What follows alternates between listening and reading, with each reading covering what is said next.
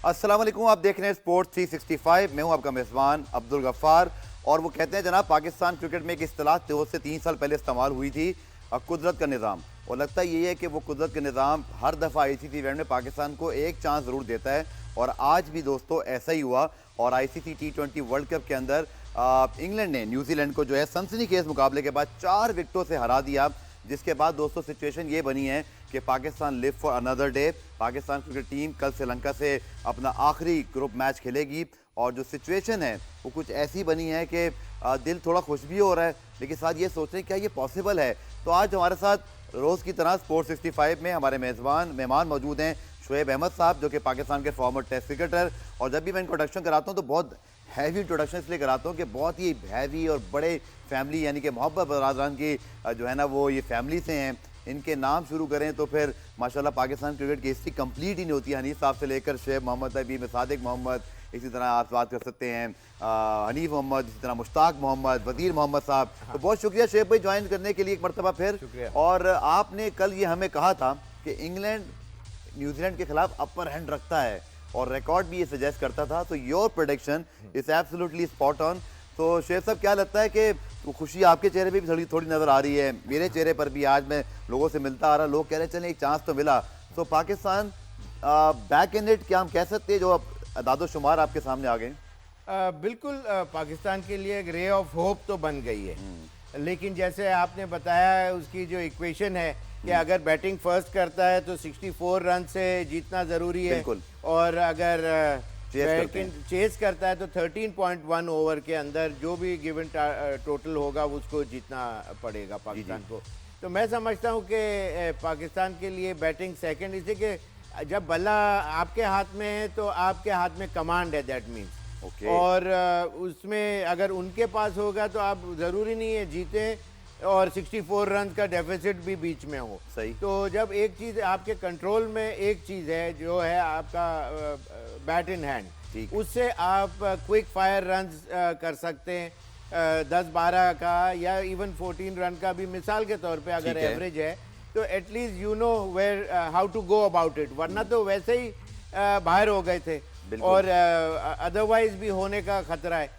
तो batting second के अंदर ये है कि 13.1 ओवर वाला जो इक्वेशन है मेरी नज़र में वो ज़्यादा पाकिस्तान के लिए फीजिबल होगा, एक चीज़। और जहाँ तक आज का जो मैच है जो आपने पूछा कि कैसा रहा, तो उसमें इंग्लैंड न्यूजीलैंड का कल मैंने यही बात आ रहा था कि बाज़ टीमें होती हैं कि वो अंडर प्ले करती हैं, समहाउ दी अदर कुछ उनका जो वीकर पॉइंट्स हैं वो सरफेस हो जाते हैं, ऊपर दिखने में नज़र आते हैं। जैसे आज न्यूजीलैंड की फील्डिंग तक पुअर नज़र आई, और ख़ास तौर पे क्रिटिकल मौके के ऊपर मिचेल ने जो एक कैच की ट्राई नहीं करी, वो बिल्कुल उसके 5 कदम पे काफ़ी गेंद हवा में, ऊंचा हवा में था, ऐसा नहीं कि बहुत फ्लैट था। सही। लेकिन ये कि उसने ट्राई नहीं की, फर्स्ट बाउंस चौका बचाने की कोशिश की, और उस वक्त उनका जो कैच था 96 फॉर 4 थे वो लोग। जी बिल्कुल। और उस वक्त बेंटन और मेरे ख्याल से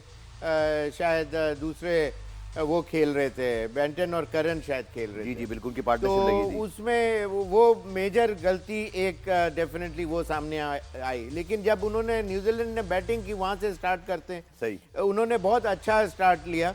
64 फॉर 1 विकेट जब गिरी तो उसके एक क्विक फायर उन्होंने अपने टीम को स्टेबिलिटी दी। लेकिन ये कि आज जिस तरह उनके बैट्समैन जो थे न्यूजीलैंड के जो खेलते चले गए, बहुत पुअर शॉट्स के ऊपर आउट हुए, लूज डिलीवरी समझ लें थी, चैपमैन खास तौर के ऊपर, मिचेल ने बहुत पुअर शॉट खेला, फिलिप्स भी ऐसे आगे की बॉल को यूं करके ऐसे आउट होते चले गए। सेटनर ने आके फिर भी तो किया, सिर्फ 5 बॉलों में 9 ही रन किए। लेकिन ये कि वो उस वक्त ये डेफिनेटली 180 का रन चेस मतलब स्कोर कर सकते थे ऑन बोर्ड। शोएब भाई जैसे आपने बताया कतई कलामी के 123 पे चौथी विकेट गिरी थी 14.1 ओवर में, and they literally you know not taking advantage of the situation. आखिरी 6 ओवर में रन्स भी ज़्यादा नहीं बने, विकेटें भी गिर गई। इसमें तो आप जो है ना शेख भाई विकेट को इंग्लैंड की हिकमत अमली को थोड़ा सा आप देखेंगे कि वो बहुत बड़ा फैक्टर 16 ओवर्स करवाए बाय द वे आज इंग्लैंड के स्पिनर्स ने, जो हाईएस्ट एवर है इन T20 के, उनके 16 ओवर स्पिनर्स ने कराए हों। तो कहीं ना कहीं इंग्लैंड ने शेब भाई हिकमत अमली बड़ी सही बनाकर रखी थी न्यूजीलैंड के पावर हिटर्स को देखते हुए। सो वो जो एक स्लाइड आया, जो इतना बड़ा बैटिंग क्लैप्स हुआ आफ्टर 14 ओवर, उसकी क्या वजह देखते हैं? बहुत बुरी बैटिंग, अच्छी हिकमत अमली, या पिच का कोई अमल दखल था? नहीं, पिच का मोस्ट डेफिनेटली दखल तो था ही, ठीक है। इसी के वो टर्न कर रही थी, लेकिन जब आप बॉल को एयर दे रहे थे, जब वो गेंद टर्न शार्प कर रहा था, या पेस उसकी स्लो थी, इवन शॉर्ट पिच डिलीवरीज भी जो थी वो पहले से shorter side of the ground के ऊपर बैट्समैन जो सोच के मार रहे थे, उसके अंदर बाज़ दफ़ा लेट हो जाते थे। तो उस तरह एक्सिक्यूशन ऑफ द शॉट या एलिवेशन जो छक्के की तरफ वो मारना चाहते थे वो नहीं लग पा रहा था, इसी की टाइमिंग ऑफ हो रही थी कि बॉल वो स्लो कर रहे थे। तो बात यह है कि जो आपका सेकंड पॉइंट है वो बिल्कुल सही है कि इंग्लैंड ने हिकमत अमली जो है वो अच्छी रखी कि बॉल को तेज तेज नहीं करने की कोशिश की, बीच में मिक्स जरूर करते रहे, एक आध थोड़ा फास्टर वन भी कर देते थे, लेकिन ये कि मेनली वो स्लो कर रहे थे, जिससे उनको हिट मारनी पड़ रही थी और वो शॉट उनके वो लग नहीं पा रहे थे। तो इंग्लैंड ने बहुत स्मार्ट प्ले किया, और लेकिन ये कि अगर उनकी बैटिंग की बात करें तो ब्रुक्स ने थोड़ा बहुत, सॉल्ट और बटलर तो जल्दी आउट हो गए, और ऑल्दो के उनके 6 ओवर में 47 कर चुके थे, लेकिन मेन मैच जो चेंज किया ना मेरी नज़र के अंदर, वरना ये इवन शायद जैक भी सिंगल हैंडेडली नहीं कन्वर्ट करते, जो स्कोर रेहान अहमद ने जो छक्का आते के साथ ही मारा, क्रूशल मोमेंट्स के ऊपर, जहां इक्वेशन मुश्किल से मुश्किल होती चली जाती है, अगर वो उनके टाइमली सिक्स जो उन्होंने 2 छक्के मारे वो बहुत टाइमली, और लिटरली दोनों ने जो है ना मैच न्यूजीलैंड से छीना, जो कि लग रहा था जैसे बड़ा डाइन टू द वाइड जा सकता है। हम मैच समरी पे शोएब भाई चलते हैं डेफिनेटली, और मैच समरी आपके सामने रखते हैं, क्योंकि आज के मैच के अंदर बड़े नशेबो फराज आए। बहुत अच्छा आगाज था न्यूजीलैंड का मिडल ओवर्स के अंदर, फिर हमने देखा कि बैटिंग कोलैप्स होता है, और जोफ्रा आर्चर का अगर आप देखें तो एक ओवर भी नहीं करवाया, मतलब बिल्कुल हिकमत अमली चेंज कर ली। हैरी ब्रूक ने विकेट को रीड किया, और ये मैच समरी आपके सामने 159 रन दी 7 विकेटों के नुकसान पर बनाए, जिसके अंदर अगर आप देखें तो यहाँ पर ग्लेन फिलिप्स ने बहुत अच्छी बैटिंग की, और उससे पहले जो इंग्लैंड के अगर आप देखें तो 160 जो उन्होंने चेस किया। सो इसमें शेब भाई अगर मैं आपसे पूछूं कि न्यूजीलैंड एक मौके पर जितने रन बना रहा था, अभी आपने 180 रन का जिक्र किया, इस विकेट को देखते हुए they were probably 15-20 run short, do you think, या इस विकेट पर इतने रन बन गए थे कि इनको मैच जो है वो जीतना चाहिए था? देखिए, रन डेफिनेटली थोड़ा बहुत शॉर्ट ज़रूर थे, जैसे मैंने कहा कि जब किक स्टार्ट इनको एक्स्ट्रा ऑर्डिनरी मिल गया हुआ था, जो कि देखें इंग्लैंड की टीम कितना स्ट्रगल कर रही थी, उनको 5th ओवर के अंदर इनका सिर्फ 34 स्कोर था और 2 विकेटें गिरी हुई थी, वहाँ से इनको एलिवेशन ऊपर आने के लिए बड़ा मुश्किल था। फिर 3rd विकेट जो 8th ओवर में गिरी, फिर 9th ओवर में भी 1 विकेट गिरी, तो 3, 4, 5 इस तरह के स्कोर आने शुरू हो गए, तो स्लो रन रेट होता चला गया। लेकिन यह है कि फिर उसके बाद उन्होंने मोमेंटम जो है वो 84 फॉर 4 थे 12वें ओवर में, वहाँ उन्होंने 11 रन का एक जो पुश किया, तो 11 रन मिले, तो वहाँ से थोड़ा सा मोमेंटम ज़रूर बना, इसलिए कि most of the time they're behind the required run rate, जितना चाहिए था। एक मौका ऐसा आया कि जब उनको 36 बॉलों में 63 चाहिए थे और 4 विकेटें गिरी हुई थी उनकी, जी। तो लेकिन बात यह है कि एक्स्ट्रा दोनों टीमों ने कम दिए, वरना होता क्या है कि एक्स्ट्रा 6 बॉलें 8 बॉलें एक्स्ट्रा खेलने में आती हैं, तो वो एस्पेक्ट नहीं आया। वो दोनों प्रोफेशनलिज्म उन्होंने ज़रूर शो किया। लेकिन आपने देखा होगा कि जो स्पिनर्स जो थे, सेटनर भी जब लास्ट ओवर करने आए तो उनको 16 रन पड़े उस ओवर में, लेकिन जो बिल्कुल सिनारियो जो मैं जिस ओवर की बात कर रहा था, रेहान वाला जो था, वो उसने 22 रन किए फिलिप्स के एक ओवर के अंदर, तो वहाँ से बिल्कुल जंप अप एकदम करके इनकी थी वो 117 से ऑलमोस्ट 140 पे टचिंग करना शुरू कर दिया। तो इससे अंदाज़ा लगा सकते हैं कि वहाँ से रे ऑफ होप भी बढ़ गई, कॉन्फिडेंस भी आया।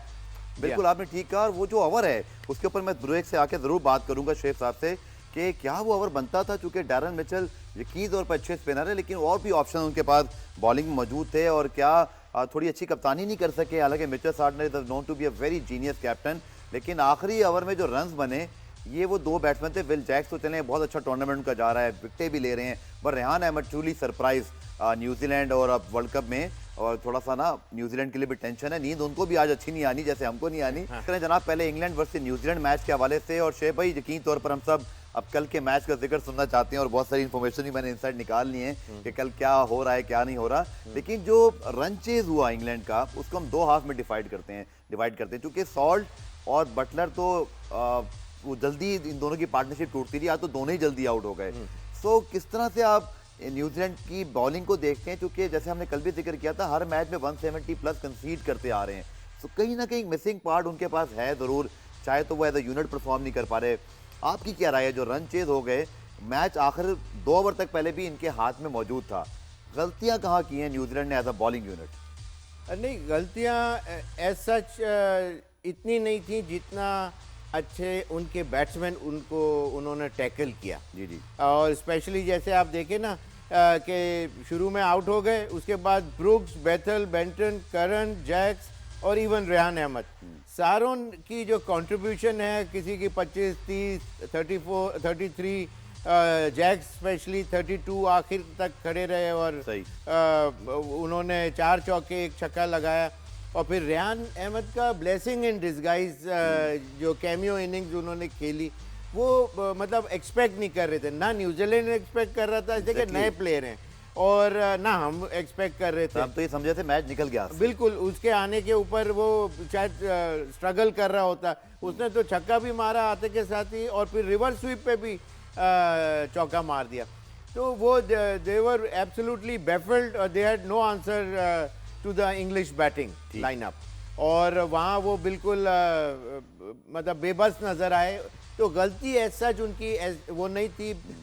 फिलिप्स बॉलिंग में इतना बुरा नहीं किया हुआ था, उन्होंने 20-22 रन ही दिए हुए थे, बहुत महंगा पड़ गया, लेकिन अब वो एक्सपेक्टेड नहीं था, और वहाँ कुछ उनकी फील्डिंग भी थोड़ी सी लो नजर आई, इतना स्टैंडर्ड हाई नहीं था, इसलिए कि फिलिप्स खुद बॉलिंग कर रहा था। चले आपने ठीक कहा, क्योंकि कभी कभी टूर्नामेंट आपका अच्छा जा रहा होता है लेकिन एक ओवर जो है वो पूरे टूर्नामेंट को खराब कर देता है। ग्रैंड फिलिप के साथ ऐसे ही हुआ। जुल्करनैन शेख हमारे नुमाइंदे जो इस वक्त मौजूद हैं श्रीलंका में वर्ल्ड कप कवर कर रहे हैं, बहुत शुक्रिया ज्वाइन करने के लिए। पाले किले में सर कल मैच है, और जो इन्फॉर्मेशन मेरे पास है जुल्करनैन, उसके मुताबिक ये वही मैच है, पिच होगी जहाँ पर इंग्लैंड पाकिस्तान का मैच हुआ था, जहाँ पर हमें वो मैच बहरहाल जीतना चाहिए था। सो कल अब ऑब्वियसली हमारे पास कश्तियाँ जलाकर आने वाला सारा माहौल है। क्वेश्चन हमें पता है 64 रन से जीतना है या 13.1 ओवर में चेस करना है। टीम मैनेजमेंट ने कल आपने नुकता उठाया था जी प्रैक्टिस नहीं हो रही, तो जुल्करनैन शेख साहब प्रैक्टिस भी आज हो गई है, बट अब तो सर जोड़ के बैठे होंगे, करना क्या है, क्या खबरें आ रही कैंप से, टीम में तब्दीलियों के हवाले से, बैट फर्स्ट करेंगे, बैट सेकंड करेंगे, हिकमत अमली के हवाले से कुछ आपके पास खबर हो? देखिए, बिल्कुल प्रैक्टिस तो आज पाकिस्तान टीम ने की है, और जिस तरह आप कह रहे हैं कि ये वही विकेट है जो इंग्लिश टीम के खिलाफ पाकिस्तान ने मैच खेला था। 2 तब्दीलियों के बारे में लग रहा है कि कोच माइक हेसल जो है वो बहुत कंसर्न है। एक नसीम को वापस लाना चाह रहे हैं और एक इब्रार को वापस लाना चाह रहे हैं। अब ये किनकी बिना पर होगा, ये बहुत अहम क्वेश्चन होगा। क्या वो शाहीन को बिठाकर नसीम को लाएंगे, या और साथ सदाब को बिठाकर जो है वो इब्रार को लाएंगे, ये बहुत इंपॉर्टेंट होगा। दूसरा, ओपनिंग के हवाले से भी ये एक चर्चा आ रहा है कि ओपनर चेंज किया जाए, बाबर आजम को ओपन कराया जाए, साइम को नीचे लाया जाए। एक ये राय जो आपको एक नॉर्मल एक ओपिनियन लगती है कि ये फखर जमान से ओपन कराया जाए, उसके माइक हेसन थोड़े जो है वो हक में नहीं है। और एक चीज और मैं आपको अखबार बताऊं कि आज गीली बॉल से उन्होंने प्रैक्टिस करवाई है, काफी हम जो है गीली बॉल के साथ उन्होंने प्रैक्टिस करवाई है। हालांकि कोई बारिश या आपको कहे ना वो जो ड्यू है उसका फैक्टर इतना होगा नहीं, लेकिन उनको ये लगता है कि शायद गीली बॉल से प्रैक्टिस करने के लिए उन्होंने बॉलर्स को भी प्रैक्टिस करवाई, नेट के अंदर बैटर्स को भी प्रैक्टिस करवाई।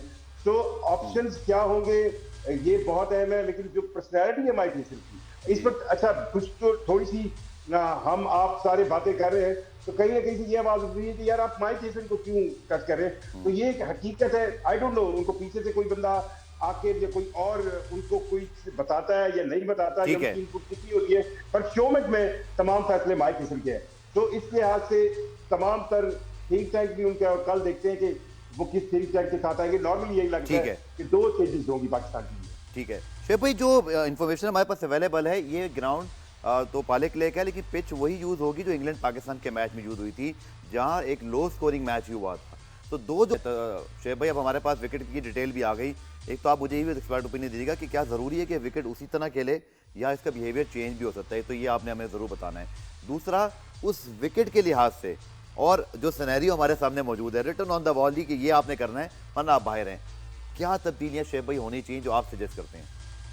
देखिए ये चीज़ अच्छी थिंकिंग है कि अगर बाबर को 4 अगर खिला ही रहे हैं तो फिर वो 4 नंबर पे तो बिल्कुल मिसफिट हैं, जो कि शुरू से सब लोग ही कह रहे हैं, मैं क्या पूरा पाकिस्तान ही शायद यही कह रहा है। तो वो अगर ओपनिंग पे आते हैं तो वो बेटर डिसीजन होगा। और फ़खर का ये है कि फ़खर भी आ सकते हैं ओपन पे, लेकिन ये कि वो ही still can bat at number 4, 5 in positions के ऊपर, तो ही इज़ मोर केपेबल और ज़्यादा स्ट्रीट स्मार्ट क्रिकेटर हैं, उनके पास अरे ऑफ शॉट्स हैं और पावरफुल हिटर भी हैं। तो वो चीज़ बैटिंग ऑर्डर तो सही चीज़ नज़र आ रही है। दुनिया में इस वक्त रेहान अहमद भी फर्स्ट टाइम आके लेग स्पिनर आके इम्पैक्ट क्रिएट कर दिया। दुनिया हर कोई लेग स्पिन के ऊपर कर रही है। पाकिस्तान अबरार को संभाल के पीछे रखा हुआ था पिछले मैचों की, अगले वर्ल्ड कप में खिलाना है शायद। तो मतलब जब गलतियां इस पोजीशन में क्यों आए इंसान के, कितनी मुश्किलात हैं। 13 ओवर के अंदर पूरा स्कोर करें या 64 रन का डेफिसिट। मतलब एक हमारे पास रे ऑफ होप तो आई, ये भी आपने भी ये वर्ड यूज किया, बट क्या प्रैक्टिकली, अब मैं लोग खुश तो हो रहे हैं, लेकिन मैं आपसे जानना चाहता हूँ 13.1 ओवर में अब श्रीलंका देखे बहुत बुरा भी खेले, 150 तो करेगा ना, बहुत ही कोई स्पेक्टेकुलर क्लैप्स हो तो चले 130-40, जो कि अभी तक इस वर्ल्ड कप में हमने देखा नहीं है। 140-150 तो बन ही रहा है। या हम अपनी बैटिंग पे प्रेशर डालें कि जी आप हमें कोई लगभग 200, 215, 20 तो करके देना कि हम 150 पे आउट करें तो हम 64 रन से जीतते हैं। अब हमारे लिए बेस्ट क्या है क्रिकेटिंग वाइज, या हमारी कैपेसिटी को देखते हुए हमें क्या सूट करता है? तो मतलब आपके ख्याल में शेख भाई कि हम रन चेस पे जाएं या हम बैट फर्स्ट पे जाएं? देखिए ये ज़्यादा डिपेंड करेगा पिच की कंडीशन देख के। अगर फास्ट विकेट है तो उनके सीमर्स भी वुड कम इनटू प्ले। हम सीम बॉलिंग को इतना अच्छा नहीं खेलते हैं, वेयरएज उनके बैट्समैन फिर भी रीजनेबली सीम के अगेंस्ट इतने वनरेबल नज़र नहीं आते जैसे हमारा वो है। ठीक है। तो ऑल सेड एंड डन, ये अगर पहले बारी आती है तो they need to score somewhere around 200 mark का, ये है 205 या 195 का ऐसा टोटल कम से कम होना चाहिए। शेख भाई लेकिन जब पाकिस्तान इतना करेगा, जो इंग्लैंड पाकिस्तान की पिच थी जहां हमने 166 किया, और अगर हैरी ब्रूक इतना आउट ऑफ स्किन और once in a blue outstanding inning ना खेलते तो बहुत मुश्किल था। इस विकेट पर भाई अगर मैं सवाल को दूसरे एंगल से लेकर आऊं, अगर ये उसी तरह की स्लो विकेट है जहां बहुत रन नहीं बनने, ऐसा ना हो कि आप तेज खेलने के चक्कर में खुद ही क्लैप्स हो जाएं, तो फिर क्या बेहतर है? क्योंकि ये 200 वाली पिच मुझे तो लगती नहीं है सर। नहीं, वो नहीं लगती, लेकिन जिस तरह अभी जुल्करनैन भाई ने बताया कि वो गीले बॉल से पिच के ऊपर प्रैक्टिस आज उन्होंने की, तो क्यों की? कोई रीज़न होगा ना। तो मैंने इसीलिए उस चीज़ को कवर करते हुए बात कही कि शायद वो थोड़ा सा इतना स्लो विकेट ना रखें, इसलिए कि वहाँ की कंडीशन है और आईसीसी के वैसे तो ग्राउंड्समैन होते हैं, बिल्कुल, लेकिन ये कि स्टिल वो खेल श्रीलंका में रहें तो वो अपनी स्ट्रेंथ डेफिनेटली देखते हुए उसकी कंडीशन में कहीं ना कहीं तो बीच में उनका इनपुट आएगा। बिल्कुल आपने ठीक कहा। और आईसीसी के अंडर रूल के मामला होते हैं तो हम रिस्पेक्ट ये करते हैं कि चाहे बेहतर पिच हो जाए, उससे बुरी अगर हुई तो तनकीद ज़रूर होगी। जुल्करनैन साहब 50वां मैच खेल रहे हैं, हमारे कप्तान Salman Ali Agha as a captain, और ये सिर्फ दूसरे हमारे कैप्टन बनेंगे बाबर आजम के बाद जिन्होंने 50 मैच कंप्लीट कर लिया। हालांकि कल की बात लगती है कि जब ये आए थे तो तनकीद हो रही थी भाई ये कप्तान बने क्यों हैं, और अभी तो ये है तो यूं है, लेकिन 50 मैच हो गए। अब हाइपोथेटिकल सिचुएशन मैं नहीं बनाना चाहता, लेकिन जुल्करनैन शेख साहब आप लाहौर में बेसिकली बेस भी हैं, आपके पास सारी खबरें होती हैं, इस वक्त आप श्रीलंका में हैं। कल जो सूरत हाल बनेगी मुश्किल, या 50th मैच तो है सलमान अली आगा का, लेकिन बहुत सारी खबरें भी आ रही हैं कि ये हो जाएगा, वो हो जाएगा, सो कुछ उसकी गुनसुन भी है आपके पास? देखिए, दो चीजों के हवाले से तो आप क्लियर हो ना कि इस सलमान अली आगा को हर तरह का एक प्रोटेक्शन मिल गया है। इतने मैचेस भी हुए हैं और पाकिस्तान टीम के अंदर जितने भी प्लेयर आप बड़े बड़े नाम लें, उनकी एक चीज के अंदर बड़े रिकॉर्ड तगड़े हैं कि उन्होंने मैचेस कितने खेले। आप ये देखें ना कि हम टीम के अंदर चेंज कितनी मुश्किल से करते हैं। आज अभी शेर भाई बात कर रहे थे रियान अहमद की, आप देखिए ना कि एक बंदा डेब्यू पे उसको कैसा यूज किया गया, उसने क्या कमाल की बॉलिंग की है, उसको आखिरी ओवर दिया, उसने डिलीवर किया, वो बैटिंग पे आया।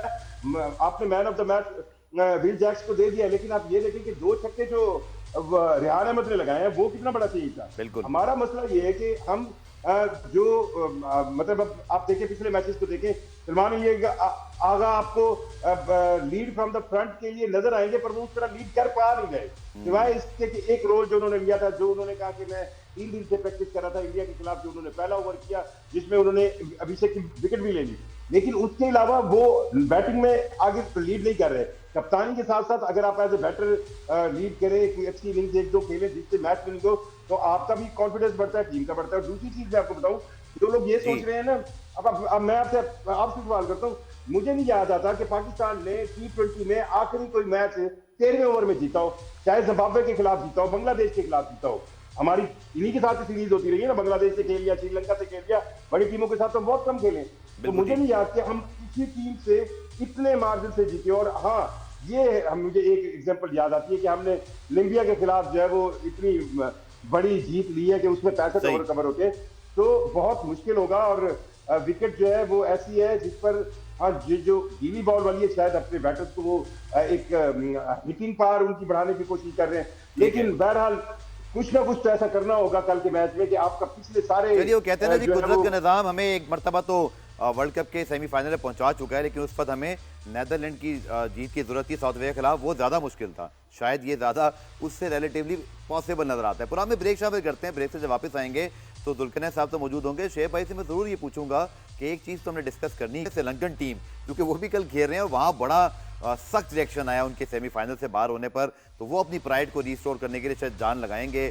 और क्या उनकी जो स्ट्रेंथ वीकनेसेस हैं हम उनके लिए तैयार हैं एज अ टीम। जनाब, पाकिस्तान श्रीलंका के मैच पर अब हम सबकी नजरें हैं और क्या तब्दीली हो सकती है, कुछ हमें दुलकरनैन शेख ने बताया था, लेकिन साथ साथ हमारे नुमाइंदे बदी जमा इस वक्त कराची से हमें ज्वाइन कर रहे हैं, कराची में इस वक्त मौजूद हैं।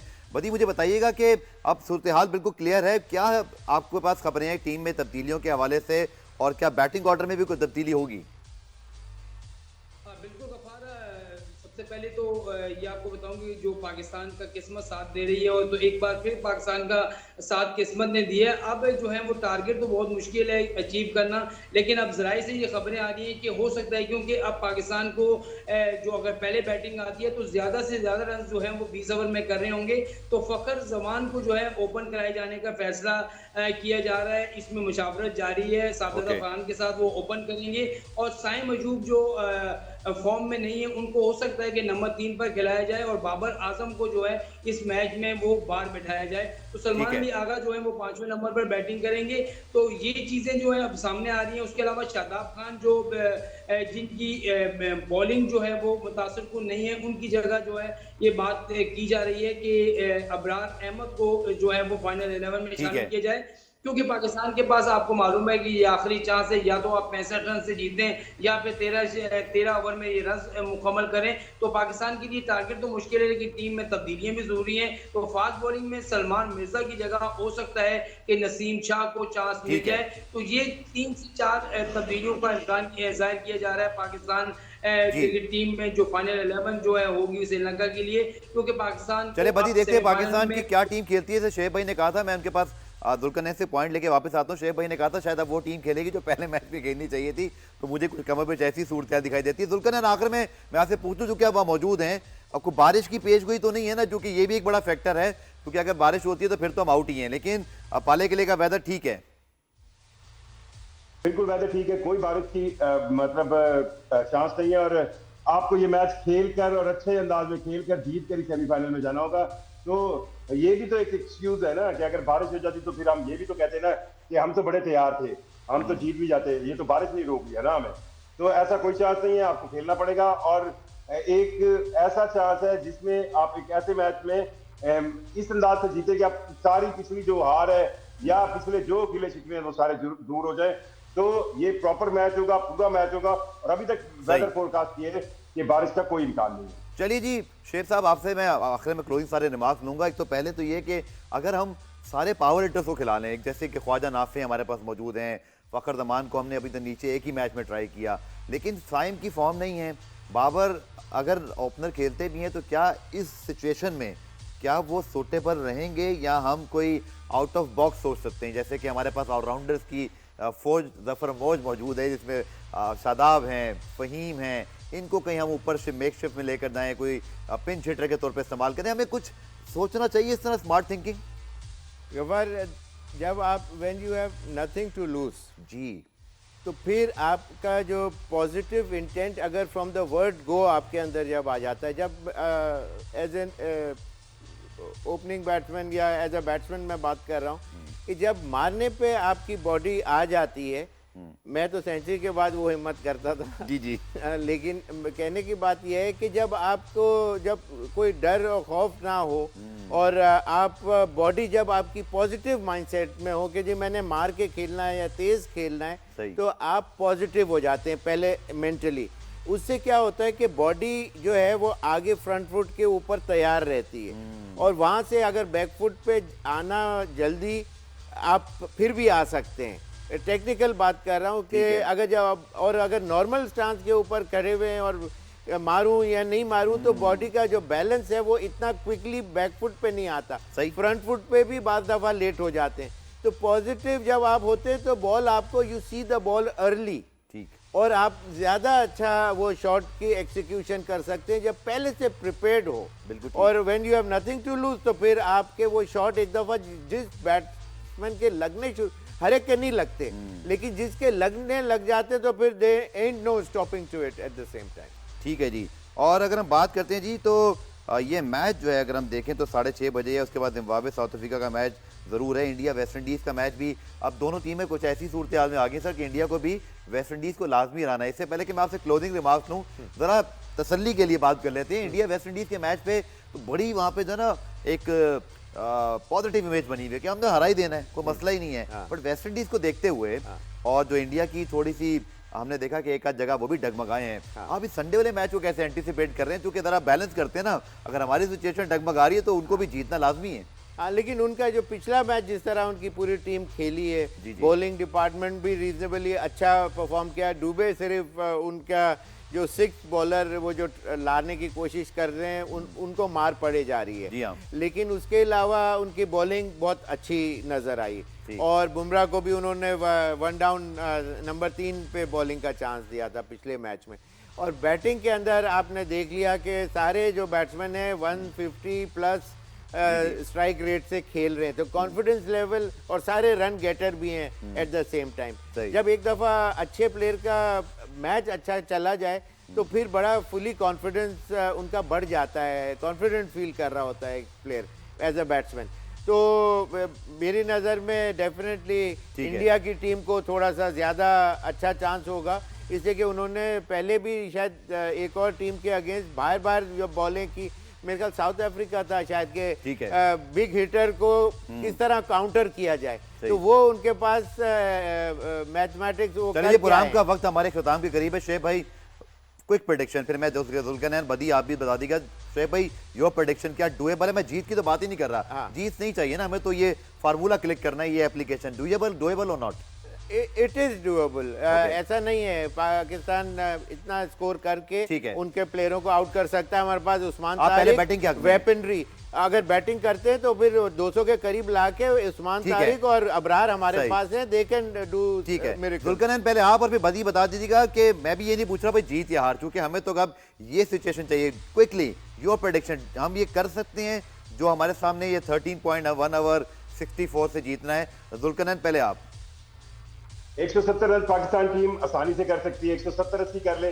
और श्रीलंका की टीम रिसेंटली 100 रन से पहले आउट होती रही है और वो प्रेशर में भी है, हम कर सकते हैं अच्छी बॉलिंग से। ठीक है, अगर हमें चांस मिले पहले बैटिंग का तो हमें पहले बैटिंग करके। चलिए, 2 वोट तो हक में आ गए जी।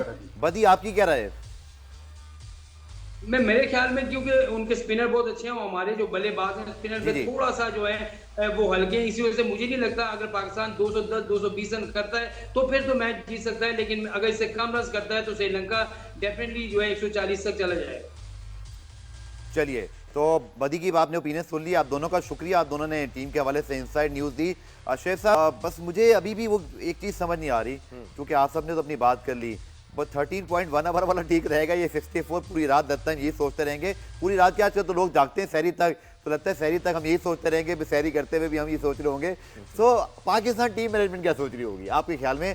अगर मैं आपसे पूछूं, you are a head coach right now, आपने लड़के इन और आउट करने हैं, आप कल किसको बिठा रहे हैं, किसको खिला रहे हैं? बिल्कुल, जो अब बात हुई, शादाब को भी रेस्ट कराए और बाबर को भी रेस्ट कराए इन दोनों की जगह, और वो तीसरा फास्ट बॉलर जो है नसीम शाह इंडक्ट हो जाएगा ओके। उसकी जगह लेफ्ट आर्म दूसरा सलमान मिर्जा की जगह, सलमान मिर्जा की जगह। तो ये तो स्ट्रेट अवे क्लियर कट सामने ये आपकी टीम आ रही है नजर। ओके। तो बैटिंग लाइन को शुएब भाई, अगर मैं आपसे पूछूं कि सिचुएशन ऐसी जहां नॉर्मल क्रिकेट तो नहीं खेलने वाले ना, हमें तो fast forward ultra fast ball की खेलनी है, हमारा टॉप 4 कल क्या होना चाहिए? क्या हम फखर को ओपनर ला सकते हैं, ख्वाजा नासिर का इस्तेमाल करें? सलमान हमारे जो कैप्टन है आगा, सलमान आगा, तो उनका ऊपर टॉप ऑर्डर में तो कहीं बनता ही नहीं है। जब वो 50 आपने बताया कि 50 मैचेस में कैप्टनसी कर लिए, वो एज अ ऑलराउंडर आए थे, बॉलिंग करते थे और लोअर ऑर्डर पे बैटिंग करते थे, इसलिए he was fitted into the side. बिल्कुल। लेकिन और अब तो लगता है कि बस वो सिर्फ बैट्समैन कह रहे हैं। बहुत शुक्रिया तो शेख मोहम्मद साहब, उम्मीद करते हैं जी चांस मिला है, इसको यूटिलाइज करें। कल इंशाल्लाह होपफुली अच्छे माइंडसेट, अच्छी खबरों के साथ मुलाकात होगी। मुझे शेख मोहम्मद को इजाजत दीजिए, अल्लाह हाफिज।